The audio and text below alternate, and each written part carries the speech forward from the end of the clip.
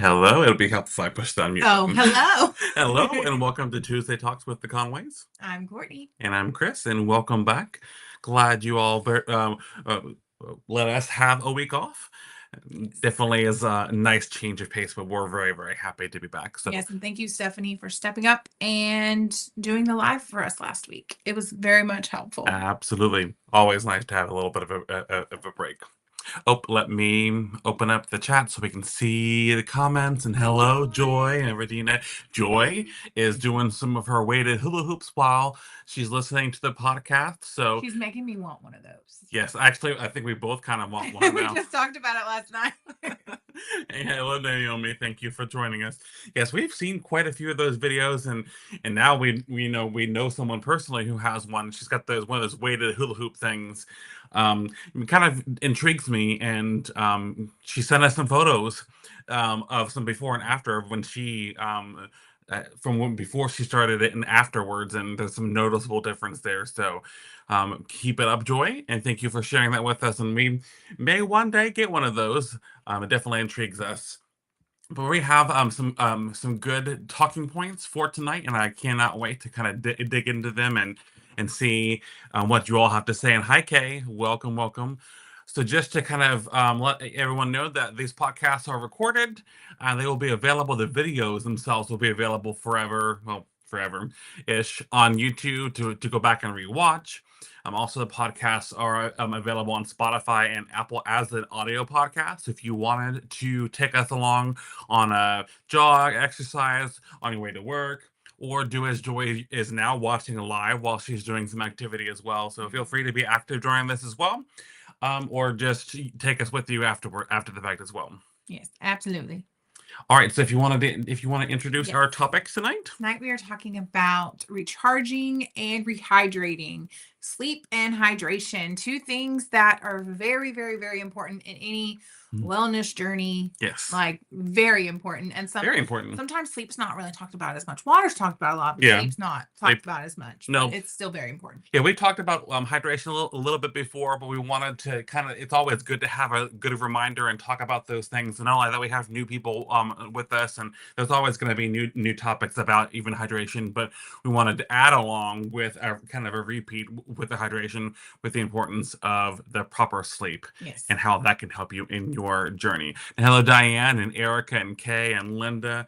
Everyone's joining us. Thank you so much for joining us. We've got all of our people on Instagram as well, and we've got some people on YouTube. So thank you so much for joining us. So let's start talking with, I guess, the lesser popular one, I guess, with the sleep and how important sleep is to your health journey. Yes, I know some people just don't get very much sleep, and so they just don't talk about how important it is, because some people are like, I get 4 or 5 hours a night. I'm good. I'm running on caffeine. I'm good. I would not make it. But I do know people that literally get 4 or 5 hours of sleep a night and just run off of caffeine. And that, while you may feel like you're making it, it's not the greatest idea. So like you said, we're going to talk about why sleep is so important, especially in your wellness journey. And we're also going to be talking about how much sleep you should be getting. And with everything, this is not a one size fits all thing, so everyone will vary. So we'll talk about the amounts of sleep that's typically expected to help you, along with some tips and tricks on how you can get that sleep in. Yes, but getting enough sleep is important for many reasons. The first is to help with calorie intake.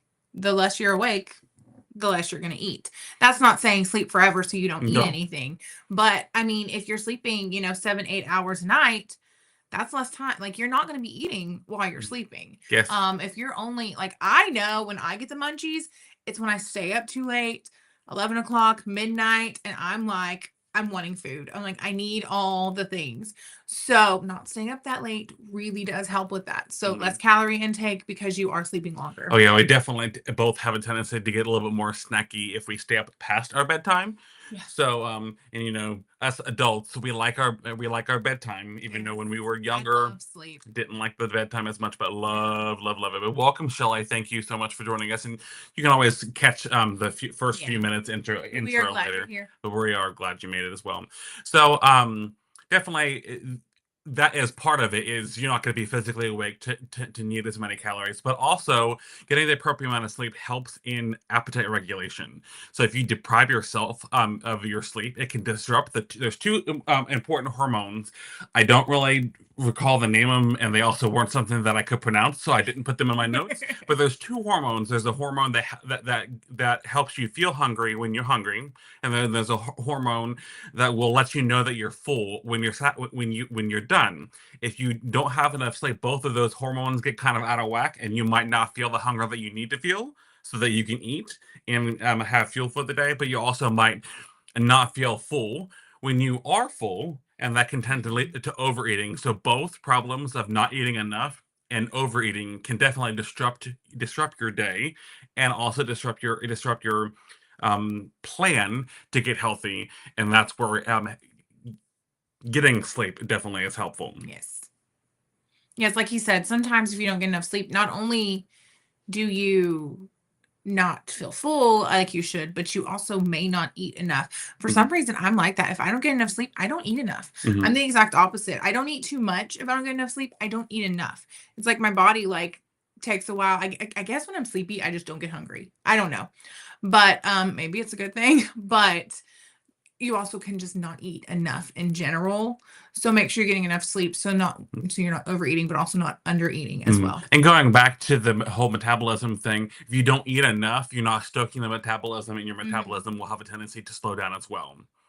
And then also getting too little sleep can make it harder for your body to process fats and glucose, which can make it harder to lose weight. Kind of simulates the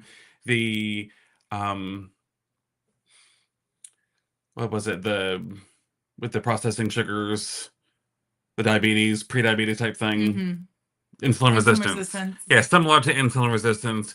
If you're not processing your fats and your sugars like you should when you're eating your food, that has a tendency to cause you to lose. Yes, Joy, thank you for providing those. She provided so Ghrelin is the hormones that make you feel hungry, and leptin, that one's a little easier to say, is the one that makes you feel full. So thank you, Joy. Not having the sleep can throw those out of whack and can cause some problems. But yes, so if your body can't process the fat and the gluten, it has a tendency to hold on to those. And well, one, you don't want to hold on to fat, but holding on to the gluten, which is basically sugar, that turns into fat as well. Yeah. So not getting enough sleep will cause problems with being able to process those things. Yes, and also not getting enough sleep can kind of cause a domino effect. Like if you're tired, you're not going to want to work out. You're not going to want to move your body because you're so tired. So the more awake you are, the more you want to do that activity. And sometimes doing the activity does help wake you up, but it's really hard. Sorry, I was laughing at a comment. Thank you, Joy. She's multitasking, so she's watching us, she's exercising, and she's helping us do some research. Yes, but yes, not getting enough sleep will help you, or will make you not want to get your activity in as well, which means no exercising. And we have talked multiple times about how movement and exercise is great for your wellness journey and losing weight. Yeah, and not only that, but it's also good for your mental health. Getting out and moving helps get your endorphins moving, and just helps you get a little bit. But it's a domino effect. Yes, you're not. Sometimes we struggle with even wanting to get out and move and exercise as it is on a regular basis. But if we're not getting enough sleep, we're really, really not going to want to get out there and exercise. So that's definitely going to be very, very important. Yes, and it's also going to affect your energy in general throughout the day. You're not going to have motivation to do the things you should do, even things like cleaning your house, working. Like when I don't get enough sleep, like I don't want to do anything. I love my sleep though. They did a little questionnaire at church with the kids for Mother's Day. And the first question was, if your mom could do anything kid-free all day, what would it be? And my daughter said she would sleep. And she's not wrong. Yeah. I love my sleep. But I do have I mean, now that I get enough sleep, we make sure we're in bed at a certain time most nights, not always, but we try to make sure we get at least 7 or 8 hours a night. And I do have more energy now because of that. Yeah, 7 hours is kind of my minimum to be able to operate at a pretty decent level. I think my body prefers 8 hours. Sometimes not. I think sometimes I have a tendency to not function well with even a lot of sleep. So that's also something that's pretty important. You know, Yeah. when I was younger, I used to be able to sleep for 12 hours, but Mhm. then I still wouldn't be able to function properly. So Yeah, sometimes too much sleep too is much not a good thing either. sleep is definitely important. So, on average, we in our research, the average person needs about 7 to 9 hours of sleep. And in the studies that I was looking at, sometimes the women need a little bit more sleep Which I than will take more men. sleep. That's Yes, fine. absolutely. That means he needs to let me sleep in the mornings while he gets up and does things. Sure, absolutely. Anything that makes you happy. Happy wife, happy life. Yes, exactly. So, but everyone is a little bit different. There are some rare occasions that I've known that people, 5 or 6 hours of sleep is enough for them, and any more than that, they don't function well. I would have a tendency to say that's probably a little bit more rare, but Mhm. the 7 to 9 hours is probably going to be a pretty decent average for most people. So you want to try to make sure you get that amount of sleep Mhm. every night, as much as possible. Yes, you also kind of want to make sure it's on a schedule. Like you want to try to go to bed and then wake up at the same time most days, and you'll kind of like your body will get used to that. Like even me now, we get up for work at 6:40. The days that I don't go to work, my body tries to wake up at 6:40 and I'm like, "No, you're going back to sleep." But then my body also gets sleepy. Like we usually go to bed around 10:30. My body gets sleepy around then most nights too. Mhm. So because I regularly do this like every night. So if you are consistent with it, your body's going to just kind of get used to it and you're going to probably wake up like better in the morning because it's just what your body's used to. Get your schedule. And Cindy asked when you're younger, don't you need more sleep? Generally speaking, Yes. yes. So kids, toddlers, infants, absolutely. I would when I say younger, I mean like college years in my 20s. Um, I did not operate best on sleeping 12 hours of sleep. So maybe 10 hours of sleep. Never got 10 hours of sleep or 12 hours in college. Well, I chose not to have the early classes sometimes, but um, generally speaking, even as a younger person, probably 10 hours should have been my max. But as I get older, I need a little bit less sleep. But the average still goes about 7 to 9 hours. So you don't want to get too much. Don't want to get too little. But if you are a lot younger in your teen years, kids, toddlers, like our kid, probably really, she's 5. She probably needs Like 12 hours a night. at 10 or 12. 10 at minimum, maybe 9 or 10, she can function pretty well, but 12 if possible. Linda, for her, she says 7 hours is her minimum. So she's up at 5:40, which is about the same time we get up. Mhm. So on the weekends, she gets a little bit about 10 hours, which is good to kind of catch up on some of that sleep. Mhm. So yes, 7 I found definitely as my minimum.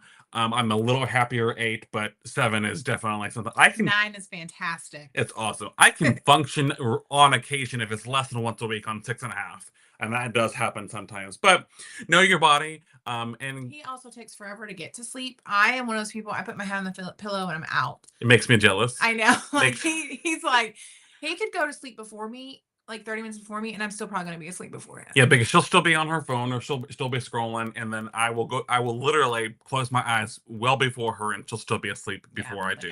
I'm snoring some nights and he's just Yes, and if she gets to snoring before I go to sleep, then it's even yeah. Sorry. even worse. I don't snore most nights, but some nights I No, do. absolutely not. And Kay mentions about 8 hours a night. Absolutely. And water intake, that's definitely going to be really, really important too. So that's going to be the second half of our topic. If we get there. Yeah, I think we'll probably get there, but since that's one of our kind of a repeat topics, it's okay if we don't talk about that one as much. But some of the things that we want to talk about for how you can try to get better sleep if possible, try limiting your caffeine and your alcohol before bedtime. I know sometimes alcohol might make you a little more sleepy, might not let you get that I deep actually, sleep. yeah, I was about to say I don't get a deep sleep if I Yeah. drink alcohol before It might bed. help you get to sleep faster, but it's not going to typically be, for Mhm. me anyways, a deeper, more restorative sleep. Yes, and limit caffeine in general because I'm saying this as I probably drink 400 milligrams a day, but limit caffeine in general for your sleep because caffeine can also increase anxiety if you have anxiety issues and anxiety.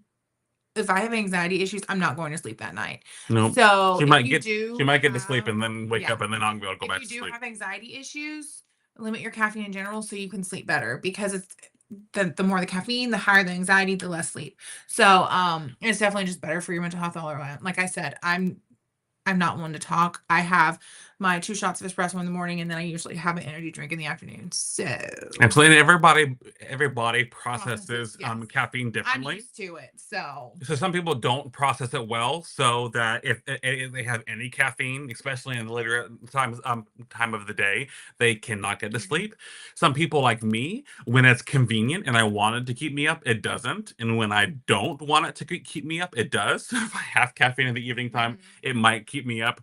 But if I'm tired during the day and I have some, it doesn't really help me. So just know your body and know what you can have and when, and also try to minimize those evening activities. I know sometimes it's tempting, and we're guilty of Yep. it too. Scrolling on social media, sometimes those activities can create more activity in our brains and cause it to be more difficult to kind of Mhm. shut things down. So try to do more relaxing things. One of the greatest things that we can do is rewatch an episode. So a TV or something that we've watched multiple times over and over again that does not take a bunch of Mhm. attention. We've got a couple of series that we've seen over and over again, like Big Bang Theory is one of my favorites. I can play that in the background, and that can help kind of relax me. I like reading. Um, what are some of the things that you like to do to try to relax? I think Not you. too bad about scrolling on the phone. I have started reading a little bit, so I do like to read, and like you said, the TV show. Um, but the other thing I like to do is play video games, which is also screen. Mhm. So And it can cause some issues because it with. gets your brain going, and Yep. so it's just hard to sleep after that. Absolutely. So try to do calming activities before going to sleep. And Um, then also managing, like I mentioned with the anxiety, yes, manage your stress, which will also help you sleep better. Managing your stress, anxiety, all that mental health stuff, it will help you sleep better as well. absolutely. So now that we're like 2/3 of the way into Oh, our. one more Oh thing. yes. Also, make sure you are getting enough sleep. Like if you have, like someone mentioned they have to get up at like 4:30 for work. If you have to get up really early for work at like 4:30 or 5, don't stay up until midnight scrolling. Yeah. Don't. Make sure you are in bed by like 8 or 9. I know it's hard. I used to have to be at work at 6:15. So we would get up at like 5:15, 5:30. We were in bed ready to sleep by like 9 o'clock. Hmm. Like it is doable. So make sure you are like making yourself get in bed at the proper time. And Sandy says she watches YouTube videos. That there you go. Definitely can be relaxing. Yeah. Put some some videos of golf on or something Yeah. boring. Or you can watch nature Sorry if you like videos. golf. Yeah. Sorry, not sorry. Um, you can also watch nature videos. Those types of things to help you be more calm and get to sleep faster. So next, we're going to be talking about hydration, Yes. which is very Which we important. have talked about hydration before, but it's equally important with weight loss. And a lot of people just don't know how much water they should be getting. They feel like they're getting too much, not enough. So staying hydrated, one thing is it can help with your appetite. The Mhm. more water you drink, the less room you have in your stomach for food. And like I said with the sleep, that does not mean drink tons and tons of water so you don't eat food. You still need food, Mhm. but it can help you feel full, especially in moments where you know you're not hungry and you just want to eat. Mhm. Filling your stomach up with that water can help. And there is this thing as too much Yeah. water, so be careful with that. But one of the things you can do, and sometimes when we don't realize that we feel like we're hungry, but we're not, we're just actually craving moisture in I've been liquid. there. So that's one thing to keep an eye on. If you think you're thirsty when you feel like you might have had enough at the moment, or you feel like you're hungry when you've had enough for the moment, drink a glass of water and then see how you feel. And if you still feel hungry, then have you a snack. Yeah. But having that water before your snack and before your meal can help make you feel Mhm. more satisfied. Yes, and it also can help boost your metabolism, and it aids in like the digestion and stuff. So having enough water can help with that as well. Absolutely, and just being hydrated in general, along with aiding digestion, can help with nutrient absorption. If you don't have as much hydration, you're not going to be able to take the nutrients you need out of the foods. Also, it is really big for helping flush those things out of Hmm. your system that you don't need as well. Hydration is very important when it comes to moving the waste through your system. A little embarrassing to talk about bowels and bowel movements and stuff, but you need to have water to be able to process that stuff and get rid of it. Yes, because if you don't have enough water in you, it's just going to get stuck, and that's not fun. I'm just Mm-mm. throwing that out there. Nope. But staying hydrated can also help with your performance when it comes to working out. Hmm. It's inevitable you're probably going to sweat when you're working out. If you're not sweating, like I realized I was not drinking enough water when I go work out and I'm not sweating. That some people just don't sweat, but I thought that I just was one of those people that didn't sweat. Now that I'm getting enough water, like I am drenched after a workout, and it's because I have more water in me, if that makes sense. But it also just does help my workout in general. Yeah, because sweating is your body's way of helping you cool down when you're a Mhm. little bit more active. And if you don't have any hydration in there, there's not going to be anything to sweat out. Yes, like I said, I just thought I was like, "Oh, I'm one of those people that don't sweat." I was not one of those people. I am not one of those people. I just was not getting enough water and I had nothing in me. I was one of those people that would live off of coffee all day. Don't do that. So yeah, like I just didn't have very much in there to sweat out. So now I sweat like crazy when I work out. Joy gets up at 4:30 a.m. to do her little workout, but with her being up at 4:30, she's in bed by 7:30. So to adjust your nighttime Yep. schedule, and did we talk about being on the same schedule, getting being consistent? Yes. We did. I did mention that. Okay, yes, perfect. That's part of the thing is knowing your schedule. Okay, there's like a fly in here. And then the next thing would be talking about how much water you need. The very general consensus is 64 ounces a day. And like we mentioned, no two bodies are the same. Lots of things can impact your how much you need. You know, body size. I'm 6'8". Courtney is not. Um, I'm and almost there. I'm 5'8". Close.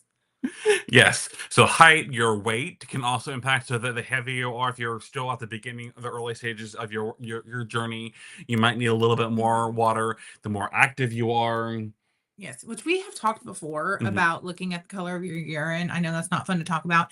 I heard someone say that their nutritionist actually told them, don't look for a certain amount of water. Look at the color of your urine. If it's too yellow, drink more water. If it's clear, drink a little bit less because it's not supposed to be clear. It's supposed to be like very pale lemonade color. Yes. So if you're not one of those people that wants to count how much water you're getting, look at the color of your urine. Like I said, that's gross. I know. But really, it should be a certain color. Just like there's no set amount of steps you have to make each day, there's not going to be a set amount of ounces of water you need to drink each day. Listen to your body. If you're thirsty, Yes. drink some water. Also, what's really, really important, as well as make sure you have enough electrolytes. Mhm. You can drink water till you blue in the face and still not be hydrated.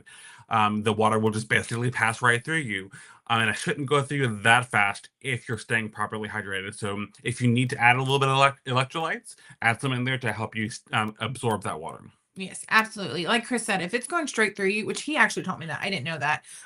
If it's going straight through you, you need more electrolytes. That happened to me like a week ago, and I went and got me an electrolyte packet, and it was much better. Like, I mean, I was going the normal amount, but it was like before it was going straight through. So yes, it should not be passing straight through you. Like you're probably gonna go a lot if you're drinking the water you should, but it shouldn't be like, You shouldn't be going every 30 minutes, yeah. typically. So make sure you get your electrolytes in to make sure that you're absorbing the water as well. Sorry. What? Nothing. Okay. Sorry. I was just laughing. I was laughing for no reason. No idea what you were laughing at. All right. So now let's go ahead and talk about our recipe for the week. I think it's something that you will all really, Yeah. really enjoy. Okay. I'm excited about this one. These are super easy cereal bars. Um, 3 ingredients, super simple, no bake, really easy. 3 cups of cereal, any cereal you want.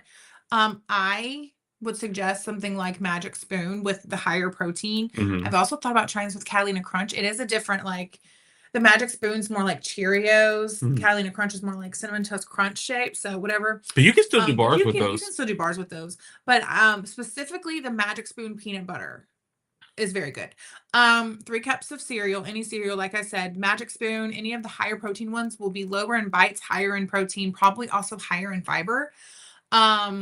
2/3 a cup of peanut butter. You can also make that amount of peanut butter using like PB2 powder or whatever Mhm. powder you want. I'm lazy and I like the flavor of regular peanut butter, and I just would rather just have more calories and use regular peanut butter. That's just me. And then a 1/2 cup of monk fruit sweetener, which is the current sweetener that we are obsessed with. Yep. You can use any sweetener. You can also use sugar if you would prefer. But line an 8x8-inch baking dish with parchment paper or wax paper. Warm up the peanut butter in the microwave safe bowl about 30 seconds so it's more stirrable. Pour all the ingredients, like literally just pour it all into a mixing bowl and mix until the cereal is well coated. And then pour the cereal mixture into a baking dish and press down evenly and spread flat. Make sure it's packed firm though, because if not, then when you go to cut them, they will fall apart. Or pick them up. Yeah, Yeah. absolutely. Freeze the bars for about an hour at least. You can also leave them in longer just to make sure they're nice and like firm. Then cut them into 9 even pieces. Easy peasy, lemon squeezy. I don't know why I just said that. I don't know where that came from. But because she's cute. But this is between 4 and 5 bites per bar. 8 grams of protein, which I know isn't a ton, but for a cereal bar, it's pretty good. Yeah, for dessert, it's good. 17.3 net carbs if you use the protein cereal, which again for a cereal bar is pretty good. 169 calories. 169 calories. You can also make them smaller if you'd like. Absolutely. So you don't have to have them super big, but You generally can also put them in a bigger pan and make them thinner. Thinner. Absolutely. But we do generally recommend some sort of protein cereal so you get a little bit more better macro balance. Yes, and like I said, if I'm not mistaken, those protein cereals also have higher fiber. I could be wrong about that. I'm fairly certain they do. But they also could have higher fiber, and fiber is what we all need in life, right? Fiber helps also aid in digestion and help making sure we're on we're regular. Yes. Absolutely. So, if you have any comments for any things that you'd like to see, any topics you'd like us to talk about, or recipes that you'd like to see, Courtney loves taking regular recipes, popular recipes, and finding ways to lighten them up, swapping out items, which is what I did with this. So yes, absolutely. So, if you have any topics or anything you'd like to talk about, or if you have any wins, share with us your successes, the things that you like to do, the things you're doing well, like Joy sharing her hula hooping with us and giving us pictures and helping us stay motivated. If you have other motivations, feel free to comment on them or send them a message or shoot them to the Healthies. You can message Healthy in Instagram or Facebook too, and we have access to some of those, or those will be forwarded to us. So thank you so much for joining us this week, and I hope you have a wonderful, wonderful week, and we will see you all next Tuesday, regular time. Bye, guys. Bye.